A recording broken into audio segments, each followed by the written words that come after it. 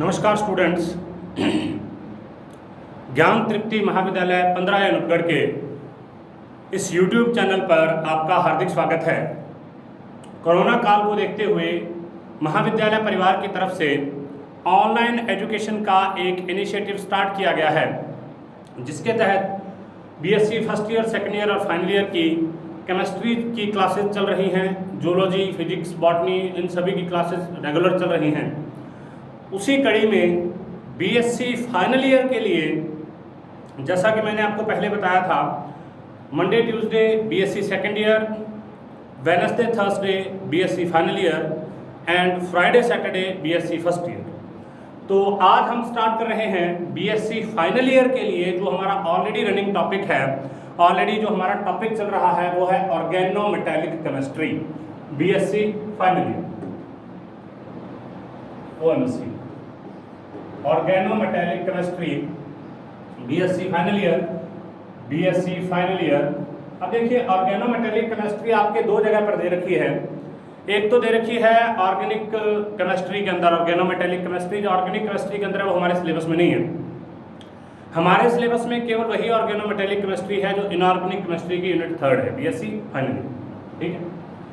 अब हमने इससे पहले ऑर्गेनोमेटेलिक केमिस्ट्री के अंदर सबसे पहले बात की थी इसकी डेफिनेशन क्या होती, उसके बाद हमने बात की थी इसका वर्गीकरण क्या होता है, उसके बाद हमने बात की थी इसका नामकरण क्या होता है, उसके बाद हमने बात की थी RLI प्रकार के कंपाउंड के बारे में, फिर हमने बात की इन कंपाउंड के उपयोग के बारे में, और फिर हमने बात की एल्युमिनियम के OMC के बारे में। लास्ट टॉपिक हमने एल्युमिनियम के OMC का किया था। आज हम उसी टॉपिक को आगे बढ़ा रहे हैं। आज हम उसी टॉपिक के बारे में आगे बात करेंगे। देखिए,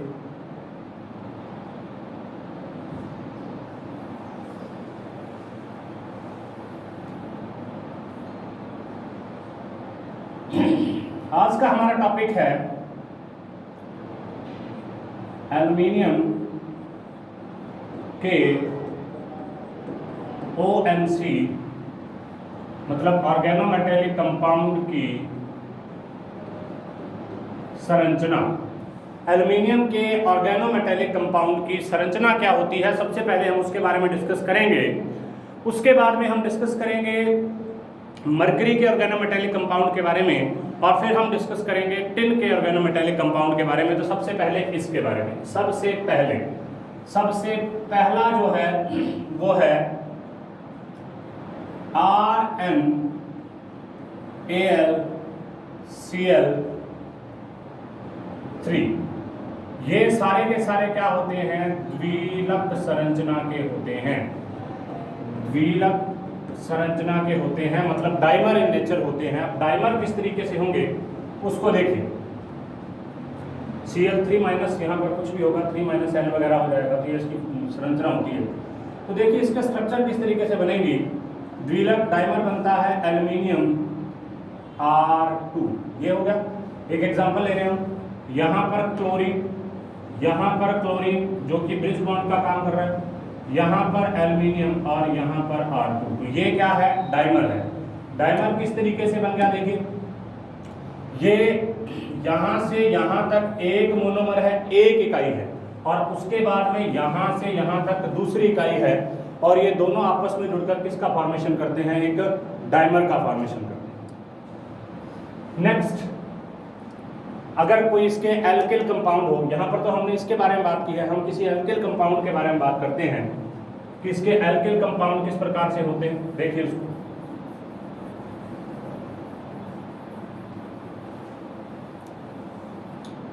अगर कंपाउंड हो इस प्रकार का, दूसरा मान लीजिए ये कंपाउंड है R3Al, ये R3Al, ये भी किस रूप में पाए जाएंगे, ये भी द्विलक या डाइमर के रूप में पाए जाएंगे। इनकी भी कौन सी संरचना होती है, द्विलक या डाइमर संरचना। किस तरीके से, फॉर एग्जांपल हमारे पास एक कंपाउंड है जिसके अंदर यह देखिए CH3 की twice Al, next CH3 Al, CH3 की ट्वाइस। इससे पहले वाले कंपाउंड में, इस कंपाउंड में chlorine as a bridge bonded atom काम कर रहा था, मतलब क्लोरीन एक सेतु बंध के परमाणु के रूप में काम कर रहा था। जबकि अगर हम इसमें देखते हैं तो यहाँ पर मिथाइल ग्रुप मतलब एल्किल ग्रुप जो है वो सेतु बंध के यौगिक के रूप में काम कर रहा है, सेतु बंध को जोड़ने का काम कर रहा है।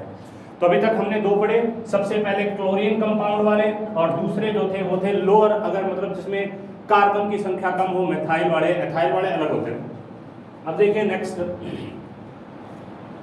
द्विलक जो होते हैं ये आगे टूटकर एकलक में परिवर्तित हो जाते हैं। जैसे मान लीजिए हमारे पास ये कंपाउंड है CH3 की 6Al ट्वाइस, ठीक है। तो अब आगे टूटेगा, ये क्या है, डाइमर है, ये क्या है, डाइमर है। डाइमर को क्या बोलते हैं, द्विलक। और आगे टूटकर किसके अंदर बदलता है, ये बदल जाएगा CH3 इथाइस A, दो, ठीक है, CH3 इथाइस A, इसको क्या बोलते हैं, मोनोमर बोलते हैं। क्या बोलते हैं, मोनोमर बोलते हैं, मतलब एकलक बोलते हैं। तो इसका मतलब एल्युमिनियम के जो कंपाउंड होते हैं वो डाइमर फॉर्मेशन के अंदर रहते हैं, चाहे वो क्लोरीन के साथ पाए जाते हों और चाहे वो नॉर्मल एल्किल एल्युमिनियम प्रकार के कंपाउंड हों, डाइमर के अंदर होते हैं। और इनके बीच में जो रिएक्शन होती है रिवर्सेबल होती है, अर्थात डाइमर मोनोमर के अंदर टूट जाता है और मोनोमर वापस किसका फॉर्मेशन करता है, डाइमर का फॉर्मेशन करता है। नेक्स्ट देखिए अगली रिएक्शन, अगली जो इसकी संरचना है उसे देखो।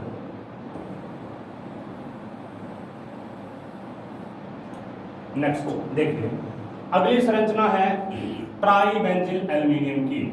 अगली संरचना किसकी है, अगली संरचना है ट्राईबेंजिल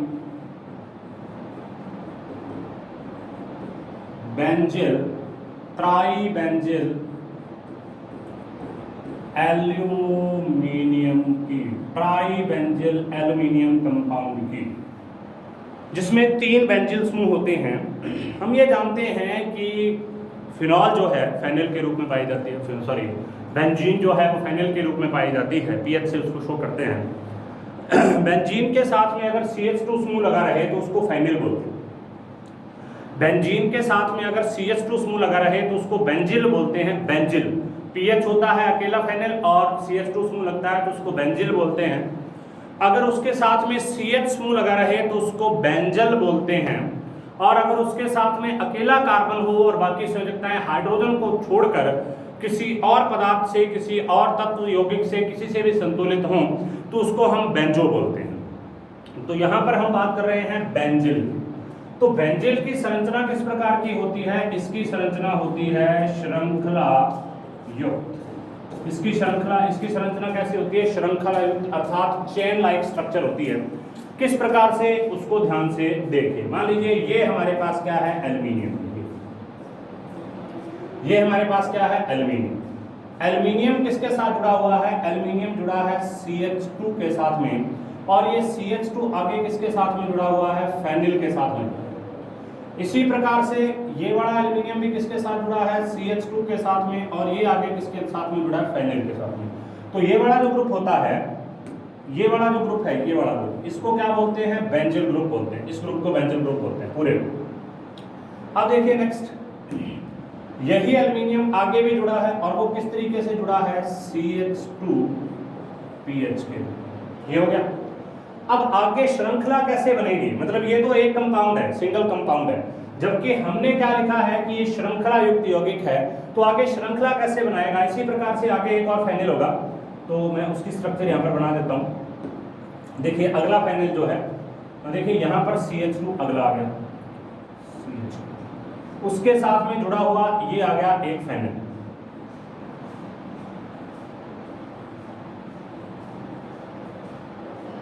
ये फेनिल, ठीक है।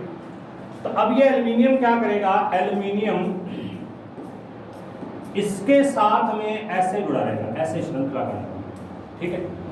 और उसके बाद में क्या होगा, उसके बाद में आगे क्या जुड़ा रहेगा, एल्युमिनियम जुड़ा रहेगा। फिर ये एल्युमिनियम किसके साथ में जुड़ गया, CH2PH के साथ में जुड़ गया। उसके बाद में ये यहां पर किससे जुड़ गया, CH2PH के साथ में। और ये एल्यूमिनियम आगे भी और, ठीक है। तो इसका मतलब इस प्रकार से श्रृंखला का निर्माण होता है, इस प्रकार से इसमें किसका निर्माण होता है, श्रृंखला का निर्माण होता है। कैसे, देखिए ये ऐसे जुड़ जाएगा, ऐसे ऐसे आगे, ठीक है।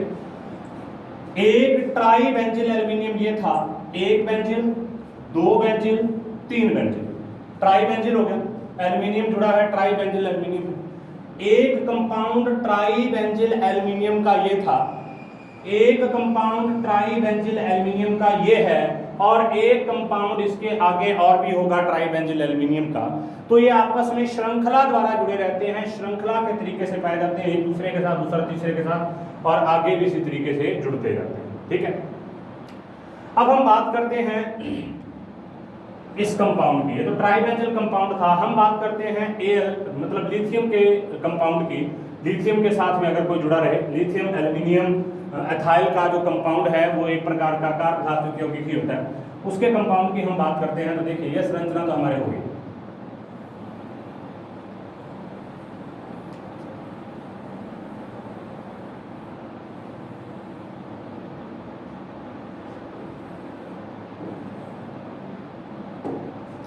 हाँ जी, ये तो हो गई ट्राई बेंजिल एल्यूमिनियम। अब हम फोर्थ जो स्ट्रक्चर है वो कौन से ले रहे हैं, वो हम ले रहे हैं लिथियम के कंपाउंड की। हम बात कर रहे हैं यहां पर स्ट्रक्चर लिथियम एल्यूमिनियम C2H5 की N की संरचना, और ये भी किस प्रकार की होती है, ये भी होती है श्रृंखला युक्त। इसकी संरचना को हम यहां से देखेंगे, देखिए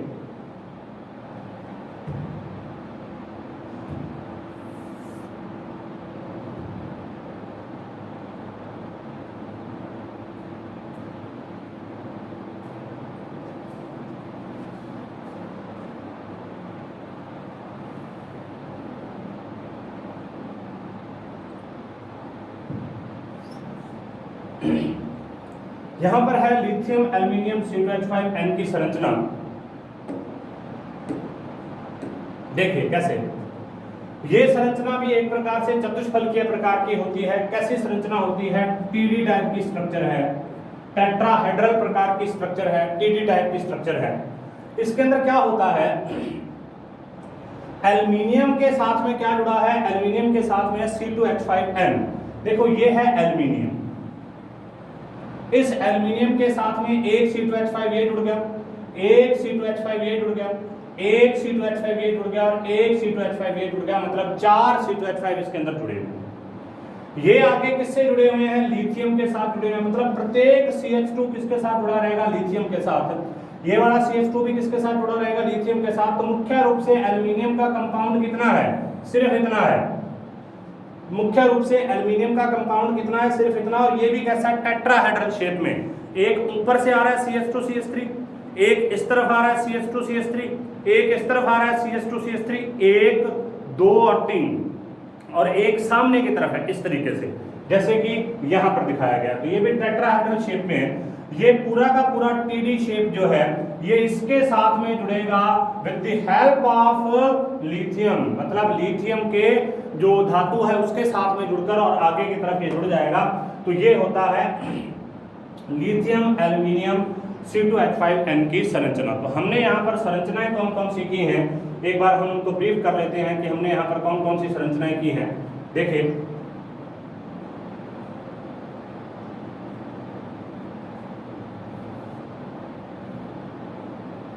सबसे पहले हमने बात की थी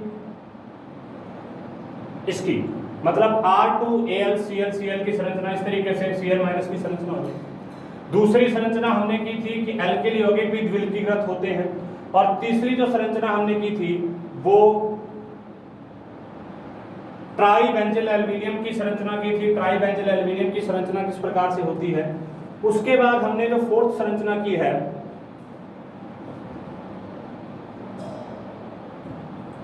उसके बाद जो हमने फोर्थ संरचना की है वो देखिए किस प्रकार से, वो अभी थोड़ी देर पहले हमने इसकी स्टडी की है। देखिए ये स्ट्रक्चर की स्टडी की हमने।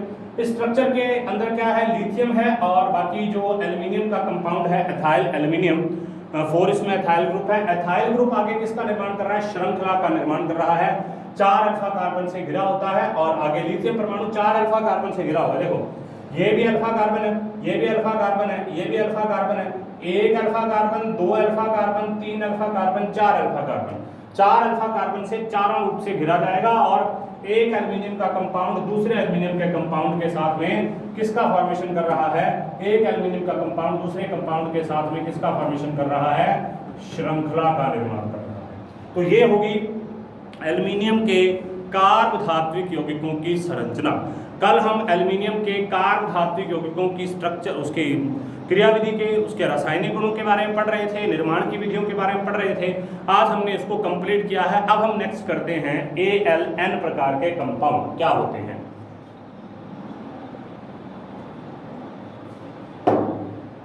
देखिए नेक्स्ट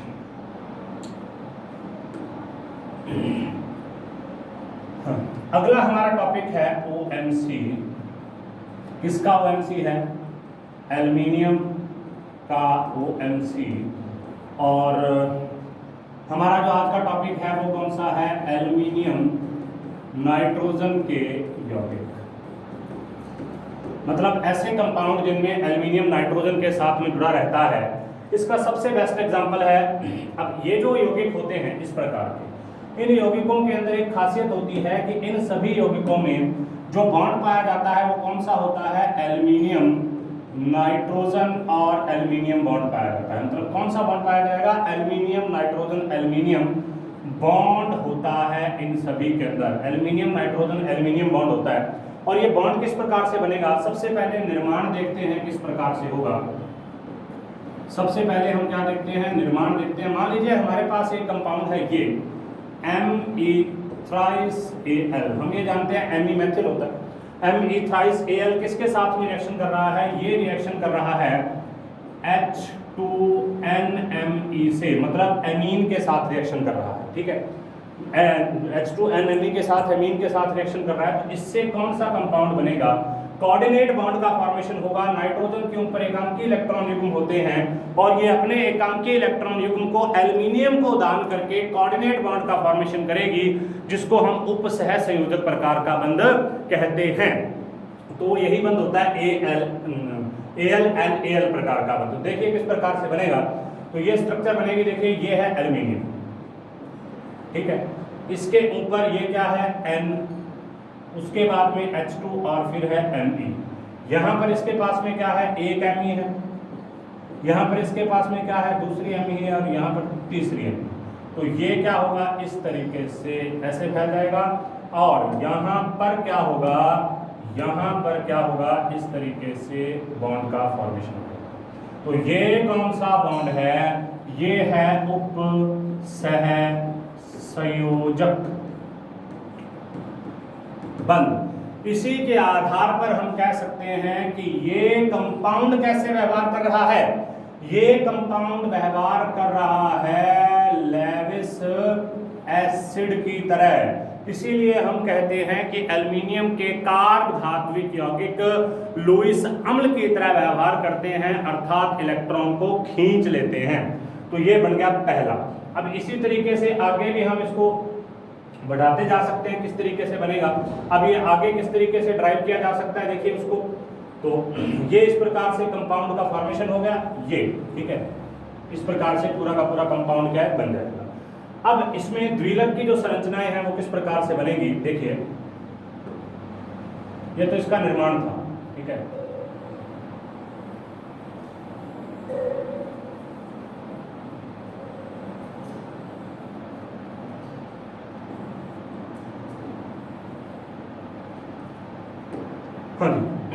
आगे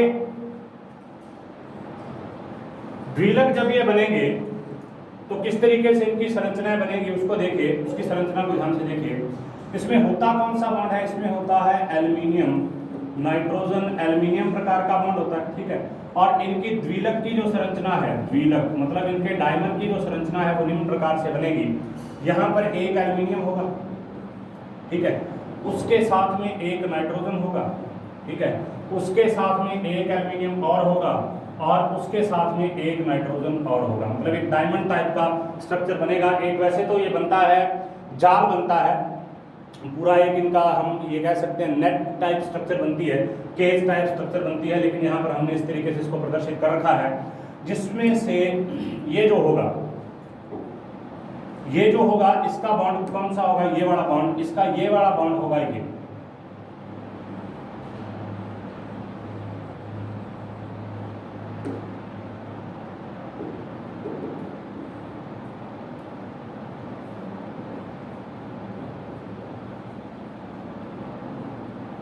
ठीक है। इसका एक बॉन्ड ऐसा होगा, नाइट्रोजन का ये वाला बॉन्ड ऐसा होगा, ठीक है। इस नाइट्रोजन का ये वाला बॉन्ड ऐसा होगा, एक थिक होता है, डैश वेज फार्मूला जिसको बोलते हैं, और इसका ये वाला बॉन्ड ऐसा होगा, मतलब आमने सामने इसके ये वाला इसके ये वाला ऐसे बॉन्ड। उसके बाद में नेक्स्ट जो बचे हुए बॉन्ड हैं इनके, वो किस तरीके से होंगे, इनके बीच में एक बॉन्ड तो नॉर्मल होगा, ऐसे ऐसे बन गया, ठीक है।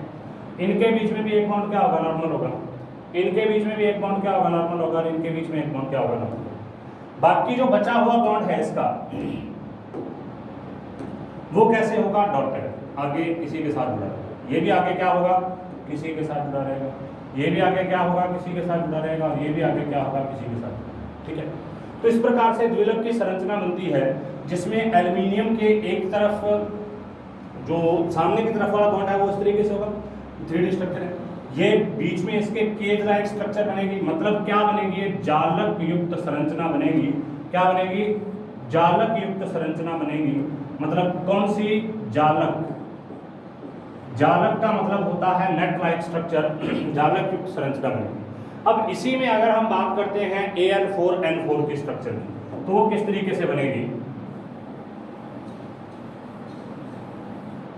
देखिए Al4N4 की घनीय संरचना,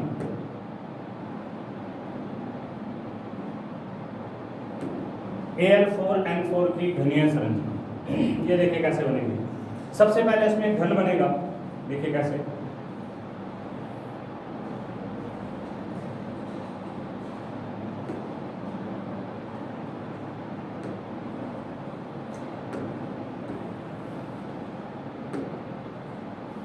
सबसे पहले इसमें एक घन बनेगा,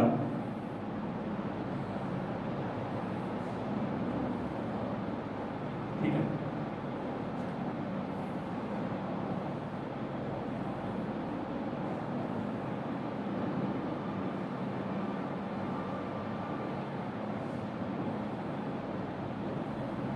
इस तरीके से अब इसमें प्रत्येक एल्यूमिनियम के सामने एक नाइट्रोजन होगा। मान लीजिए यहां पर एल्यूमिनियम है, तो यहां पर क्या हो जाएगा, नाइट्रोजन, उसको अपने अलग करना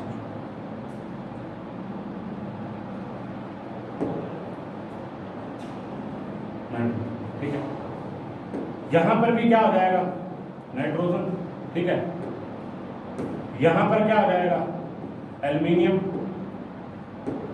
यहां पर क्या हो जाएगा, नाइट्रोजन, यहां पर भी क्या हो जाएगा, नाइट्रोजन, और बाकी बची हुई जगह पर क्या हो जाएगा, एल्यूमिनियम और एल्यूमिनियम, ठीक है।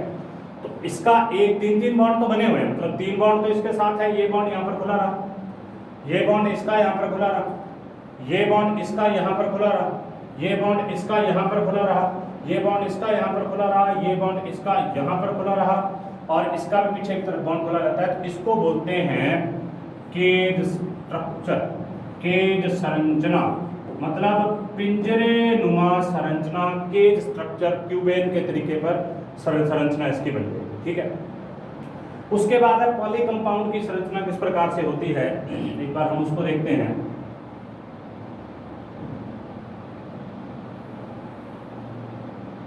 देखिए ये स्ट्रक्चर तो अभी हमने बनाई थी।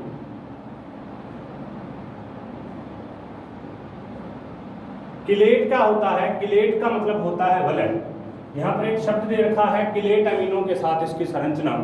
तो किलेट क्या होता है? किलेट होता है वलय। तो ये किलेट है, मतलब ऐसे कंपाउंड जिनमें अमीन ही वलय के रूप में पाई जाती है उनको क्या बोलते हैं? किलेट बोलते हैं। ऐसे कंपाउंड जिनमें अमीन ही वलय के रूप में पाई जाएगी उनको क्या बोलेंगे? किलेट बोलेंगे। तो यहाँ पर देखिए अमीन ही वलय के रूप में पाई जा रही है।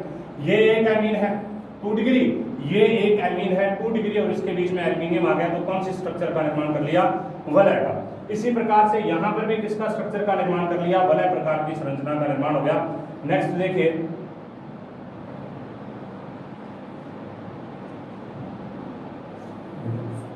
नेक्स्ट देखिए,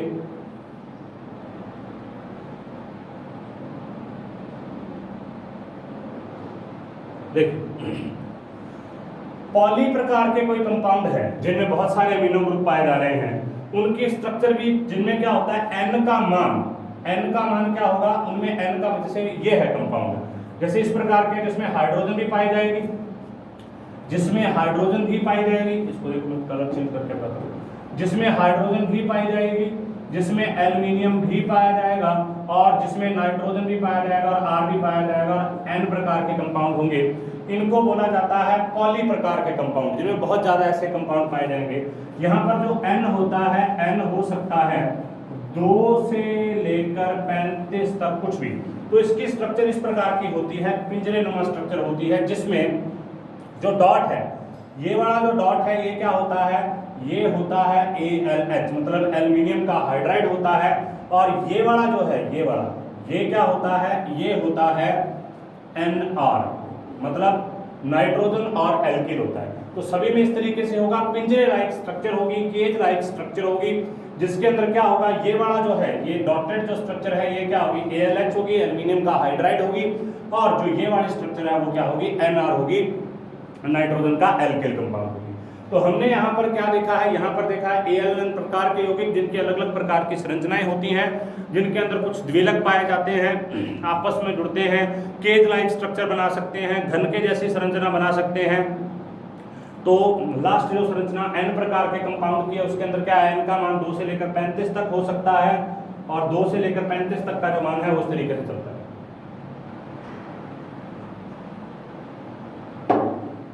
नेक्स्ट देखिए, अगला है OMC। OMC हमारा टॉपिक चल रहा है BSc फाइनल ईयर के लिए, ऑर्गेनोमेटेलिक केमिस्ट्री। इसमें हमने एल्यूमिनियम के सारे कंपाउंड कंप्लीट कर लिए। एल्यूमिनियम के कंपाउंड कौन कौन से होते हैं, कैसे होते हैं, क्या होते हैं, क्या करते हैं, उनकी संरचना किस प्रकार की होती है। और ध्यान रखना, एल्यूमिनियम के जितने भी प्रकार के कंपाउंड हैं उनका सबसे ज़्यादा उपयोग किया जाता है पॉलीमराइजेशन की रिएक्शन में, मतलब बहुलकीकरण की अभिक्रियाओं के अंदर सबसे ज़्यादा उपयोग किया जाएगा। तो उपयोग के अंदर आए तो ऐसा लिख सकते हैं, वैसे क्वेश्चन साधारणतः उपयोग का नहीं पूछा जाता। अब हम बात करते हैं कौन से OMC की? अब हम बात करते हैं मरकरी के OMC की, मरकरी के ऑर्गेनोमेटेलिक कंपाउंड की बात करते हैं। तो मरकरी के ऑर्गेनोमेटेलिक कंपाउंड किस प्रकार के होते हैं, क्या होते हैं, उन सभी के बारे में हम बात करेंगे। देखिए, मरकरी के बहुत सारे कारक धातु यौगिक ज्ञात हैं। प्रतिस्थापी, द्विप्रतिस्थापी के रूप में भी पाए जाते हैं और सिंगल प्रतिस्थापी के रूप में पाए जाते हैं। इनका जो लगभग सामान्य सूत्र होता है उसको बोलते हैं R2Hg। या तो ये इस रूप में पाए जाएंगे या ये पाए जा सकते हैं इस रूप में RHgX के रूप में पाए जा सकते हैं। तो ये भी क्या होता है? मरकरी का ऑर्गेनोमेटेलिक कंपाउंड होता है और ये भी क्या होता है? मरकरी का ऑर्गेनोमेटेलिक कंपाउंड होता है। दोनों ही मरकरी के ऑर्गेनोमेटेलिक प्रकार के कंपाउंड होते हैं, चाहे हम इसके बारे में बात करें और चाहे हम इसके बारे में बात करें।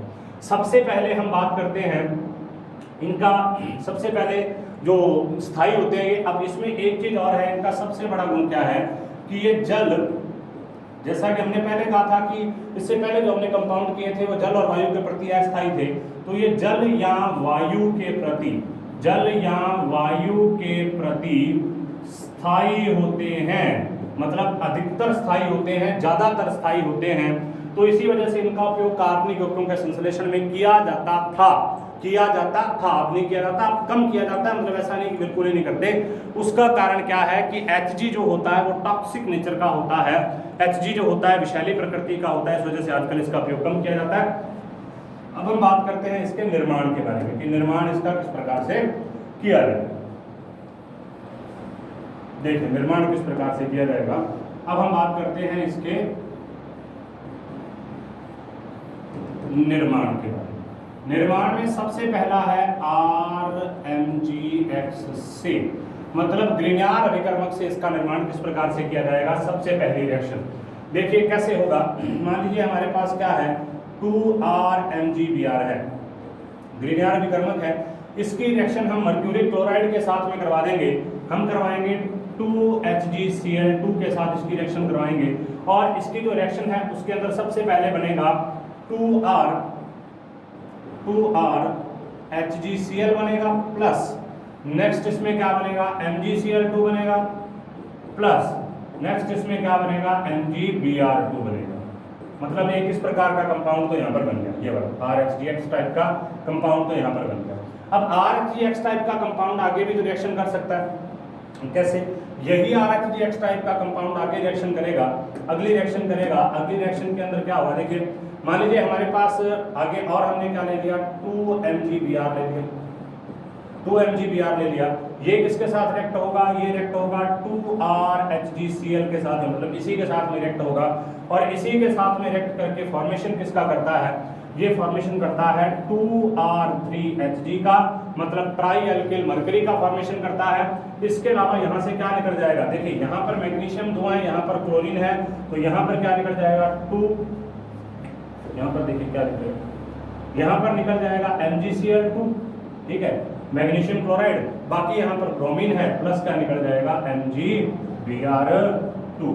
तो सबसे पहले ग्रिग्नार्ड विकर्मक से कैसे होगा, ग्रिग्नार्ड विकर्मक अभिक्रिया करेगा HgCl2 के साथ में, HgCl2 से बनेगा RHgCl, इस प्रकार का कंपाउंड, इस प्रकार का कंपाउंड आगे रिएक्शन करेगा फिर ग्रिग्नार्ड विकर्मक के साथ में। तो ग्रिग्नार्ड विकर्मक ये रहा, ग्रिग्नार्ड विकर्मक के साथ में फिर ये रिएक्शन करेगा और फॉर्मेशन कर देगा एल्किल मरकरी कंपाउंड की। तो हमारा जो पहले निर्माण की विधि थी RMgX से वो हुई है फिनिश। ठीक, नेक्स्ट दूसरी विधि देखिए, एल्केनो से किस प्रकार से निर्माण किया जा सकता है। दूसरी विधि देखिए, दूसरी विधि है एल्केनो से, दूसरी विधि है एल्केनो से, और इसका निर्माण किस प्रकार से किया जा सकता है। देखिए हमारे पास अगर ये कंपाउंड हो HgX2, HgX2 की रिएक्शन हम किसके साथ में करवाएंगे, एल्केन के साथ में, RH एल्केन होता है, एल्केन के साथ में इसकी रिएक्शन करवाएंगे। एल्केन के साथ में रिएक्शन करने से क्या होगा, RHG और X बन जाएगा। इसमें कंपाउंड कौन सा बनेगा, कंपाउंड बनेगा RHG और X टाइप का, और बाहर का निकल जाएगा HX, मतलब इस प्रकार का कंपाउंड बन जाएगा। ठीक है, अब उसके बाद द्विप्रतिस्थापी किस प्रकार से बनाए जाएंगे, मतलब ये तो हम इनके बारे में बात कर रहे थे, अब हम बात कर रहे हैं इस कंपाउंड के निर्माण की। अभी तक तो हमने इसके बारे में बात की है, ठीक है।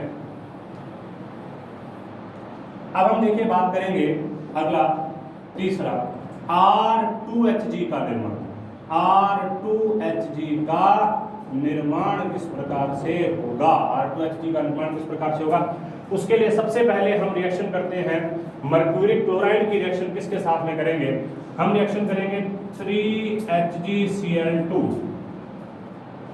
3HgCl2 प्लस इसकी रिएक्शन होगी किसके साथ में, 2AlR3 के साथ में। ठीक है, 3HgAl2 की रिएक्शन किसके साथ में करवा दी जाएगी, 2AlR3 के साथ में करवा दी जाएगी, प्लस क्या है 2AlR3, इसके साथ में इसकी रिएक्शन होगी, प्लस इसकी रिएक्शन किसके साथ में करवाई जाएगी, प्लस इसकी रिएक्शन करवाई जाएगी 2NaCl के साथ में। तो मतलब क्या है, मर्क्यूरी क्लोराइड की रिएक्शन ट्राई एल्किल एल्युमिनियम के साथ में और NaCl के साथ में करवा दी जाएगी। तो प्रोडक्ट देखिए इससे कौन सा बनेगा, इससे प्रोडक्ट बनेगा, एक तो कंपाउंड बनेगा 3HgR2, मतलब यहां से दो इसके साथ में जुड़ गए 3HgR2, प्लस क्या बनेगा, पीछे क्या बच गया, पीछे बच गया 2Na सोडियम, नेक्स्ट क्या बच गया Al, और नेक्स्ट क्या बच गया O4, 2NaAlO4 सोडियम का एल्यूमिनियम ऑक्साइड है, सोडियम एल्यूमिनियम ऑक्साइड बोलते हैं उसको। तो इस प्रकार से हम R2Hg का निर्माण भी कर सकते हैं। तो कई प्रकार के इसकी रिएक्शन है, अलग अलग प्रकार की रिएक्शन है। जैसे आगे हम और रिएक्शंस के बारे में बात करें तो किस प्रकार से होंगी, देखिए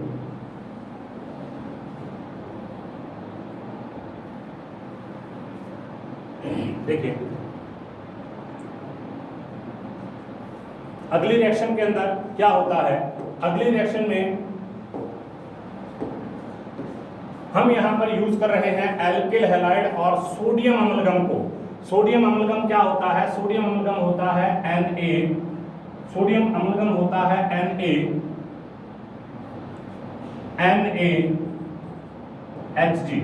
NaHG को सोडियम अम्लगम कहते हैं।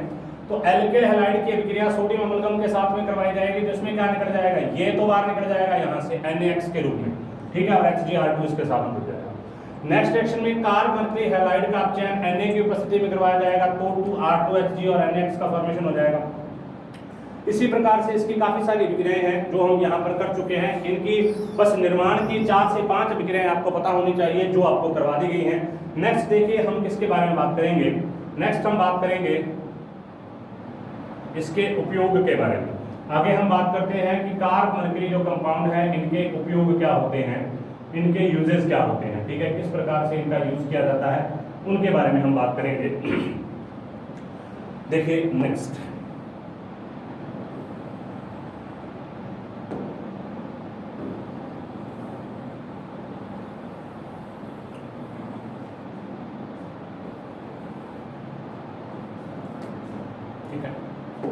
आगे हम बात कर रहे हैं उपयोग के बारे में। उपयोग में इनका सबसे ज्यादा उपयोग कहां पर किया जाता है। सबसे पहला जो इनका, सबसे पहली बात तो क्या है, ये कम गलनांक वाले, सबसे पहले तो इनके उपयोग और गुण है, उपयोग और गुण। तो इनका जो सबसे पहला जो गुण है वो क्या है, ये क्या होते हैं, कम गलनांक वाले ठोस, कम गलनांक वाले ठोस या वाष्पशील द्रव होते हैं। वाष्पशील मतलब वेपराइजेबल द्रव होते हैं। तो इसका कारण क्या है, इनमें कौन सा बंध पाया जाता है, सहसंयोजक। इनमें कौन सा बंध पाया जाता है, सहसंयोजक प्रकार का बंध इनमें पाया जाता है, ठीक है। उसके बाद में दूसरा क्या है, उपयोग इसका कैसे किया जाता है, ये तो पहला है। दूसरा क्या है, इसके कुछ कंपाउंड हैं, जैसे कौन कौन से कंपाउंड हैं, एक तो कंपाउंड है HgCl, ठीक है, एथाइल मर्करी क्लोराइड। दूसरा कंपाउंड है PH HgCl, phenyl mercury chloride. और तीसरा कंपाउंड है PHO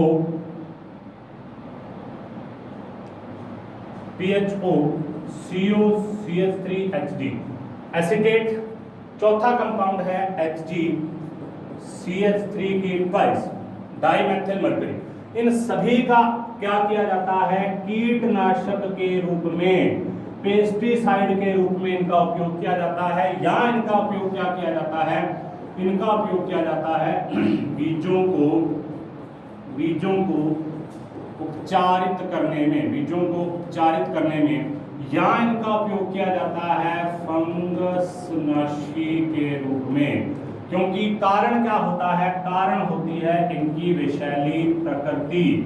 they are toxic in nature, मतलब विषैली प्रकृति के होते हैं, इस वजह से इनके उपयोग क्या किए जाते हैं, इनके उपयोग किए जाते हैं कीटनाशक के रूप में, बीज को उपचार करने में, और फंगस नाशी के रूप में, मतलब फंगीसाइड के रूप में, पेस्टिसाइड के रूप में, जो हमारे पास में सीड होता है उसके ट्रीटमेंट के लिए, और उसके अलावा इंसेक्टिसाइड के रूप में इनका यूज किया जाता है। नेक्स्ट देखिए, नेक्स्ट है इनकी संरचना। इनकी संरचना देखिए किस प्रकार की होती है, उसके बारे में हम यहाँ पर बात करते हैं थोड़ी सी। देखिए संरचना के अंदर ऑर्थोफेनिलीन मर्करी की संरचना आपके यहाँ पर दे रखी है। सबसे महत्वपूर्ण प्रकार की संरचना यही है, ऑर्थोफेनिलीन मर्करी की संरचना क्या होती है, जिसके अंदर ये एक बेंजीन रिंग है, ये एक बेंजीन रिंग है, ये दूसरी बेंजीन रिंग है, ये तीसरी बेंजीन रिंग है, चौथी, पांचवी और छठी, 6 बेंजीन रिंग होती हैं। और प्रत्येक बेंजीन रिंग एक Hg के साथ में जुड़ी रहती है। लेकिन ध्यान देना है कि ये Hg ये Hg कहां पर जुड़ी रहेगी, ऑर्थो पोजीशन पर, इसीलिए इसको बोलते हैं ऑर्थोफेनिलीन मरकरी की संरचना। जब हम बात करेंगे इसकी संरचना की, मतलब हम इस प्रकार के कंपाउंड की बात करेंगे CH3PHHg की संरचना के बारे में बात करेंगे, जो कि यहाँ पर बना रखा है, तो इनके बीच में एंगल कितना होगा, 60 डिग्री का। ये देखिए इनके बीच में एंगल कितना होगा, 60 डिग्री का एंगल होगा, और इस प्रकार से इनकी कोणीय प्रकार की संरचना होगी। ये संरचना बिस पी टॉलिल मरकरी की संरचना है, इसको टॉलिल बोलते हैं। CH3 जैसे टॉलुइन होता है, तो जब हम इसको एल्किल के रूप में लेंगे, मतलब एक हाइड्रोजन को हटाकर यूज करेंगे तो टॉलिल हो जाएगा, ठीक है। पैरा पोजीशन पर जुड़ा हुआ है, पैरा टॉलिल मरकरी। आगे हम करेंगे टिन के कार्ब धात्विक यौगिकों के बारे में। तो आज हमने बात की थी एल्युमिनियम के कंपाउंड कौन कौन से होते हैं, एल्युमिनियम के कंपाउंड के रासायनिक गुण कौन से हैं, एल्युमिनियम के कंपाउंड की संरचनाएं क्या हैं। उसके बाद हमने बात की एल्युमिनियम नाइट्रोजन के कंपाउंड कौन कौन से होते हैं, उनकी संरचनाएं किस प्रकार से होती हैं। उपयोग आपको पता है, एल्युमिनियम के समस्त जो भी OMC होते हैं उन सभी का उपयोग किया जाता है बहुलकीकरण की प्रक्रियाओं में उत्प्रेरक के रूप में, जिसका कि लास्ट वीडियो में एग्जाम्पल किया गया था जिगलर नट्टा उत्प्रेरक के रूप में। उसके बाद में नेक्स्ट हमने की मरकरी के जो कंपाउंड हैं उनको बनाने की कुछ विधियां की। दो प्रकार के होते हैं, R2Hg प्रकार के हो सकते हैं, या एल्किल मर्क्यूरिक क्लोराइड प्रकार के हो सकते हैं, या हैलाइड प्रकार के हो सकते हैं। इनके बनाने के अलग अलग प्रकार की विधियां की। हमने ये देखा कि ये वायु और जल के प्रति स्थायी होते हैं, इसलिए बहुत सारे कार्बनिक यौगिकों का संश्लेषण किया जा सकता है, लेकिन विषैली प्रकृति के कारण इनका ज्यादा उपयोग नहीं किया जाता। उसके बाद हमने देखा कि मरकरी के यौगिकों का क्या उपयोग है, इनका उपयोग किया जाता है जो फंगसनाशी है, बीज उपचार में, कीटनाशक के रूप में। और लास्ट में हमने बात की थी इनकी संरचना के बारे में कि इनकी संरचना क्या होती है। नेक्स्ट हम कल करेंगे। आज के लिए इतना ही, धन्यवाद।